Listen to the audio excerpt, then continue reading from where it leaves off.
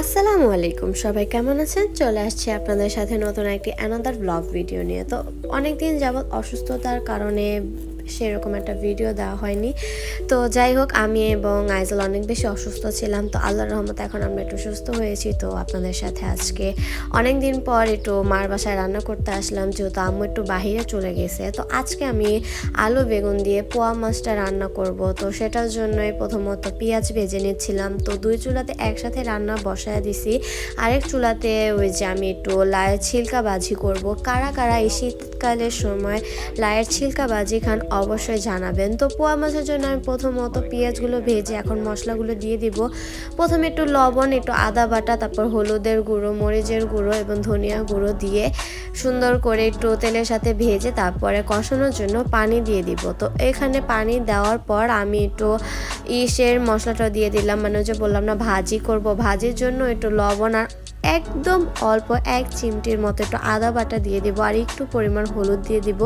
তো দিয়ে দেওয়ার পরে হালকা একটু ভেজে নিয়ে তারপর আলু কুচি করে রাখছিলাম, মানে আলু না দিলে ভালো লাগে না যে কোনো ভাজিতে। তো আলু আর লাইয়ের ছিলকাগুলো দিয়ে সুন্দর করে একটু গুতিয়ে গুতিয়ে ভেঙে নিব। না ভেঙলে আসলে, না ভাঙলে ভাজিটা না আসলে একটু শক্ত শক্ত হয়ে থাকে। তো তার জন্য একটু ভেঙে দিলে নরম হয়ে যায়। তো ওইটা ভাজির জন্য দিতে দিতে আমার এখানে মশলাগুলো কষানো হয়ে গেছে।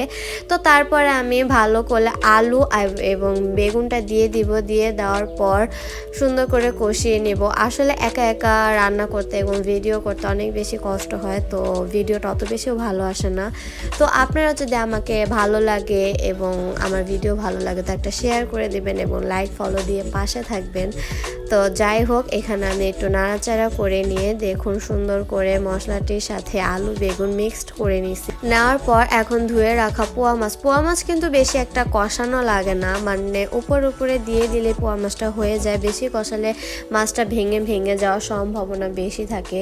তো আলু বেগুন কষানোর পরে এখন আমি মাছগুলো উপরে দিয়ে পরিমাণ মতো পানি দিয়ে দিব। পানি দিয়ে সুন্দর করে ঢেকে দিব। তো ওইখানে মাছগুলো দিয়ে দেওয়ার পরে এখন আমি ভাজিটা একটু দেখে নিচ্ছিলাম যে কেমন হয়েছে। তো সেটাও চুলাতে হইতেছিল। তো এখানে পানিগুলো আমরা দিয়ে দিছি। আমাদের চুলার পাড়ের জানালা দিয়ে না অনেক সুন্দর বাঁশঝাড় দেখা যায়। গ্রামের প্রকৃতি এবং ভিউ অনেক বেশি সুন্দর লাগে।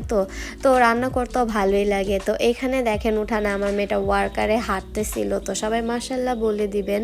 আইজেল অনেক বেশি অসুস্থ ছিল, অনেক সিক ছিল, সবাই তার জন্য দোয়া করবেন জানি সে সবসময় সুস্থ থাকে।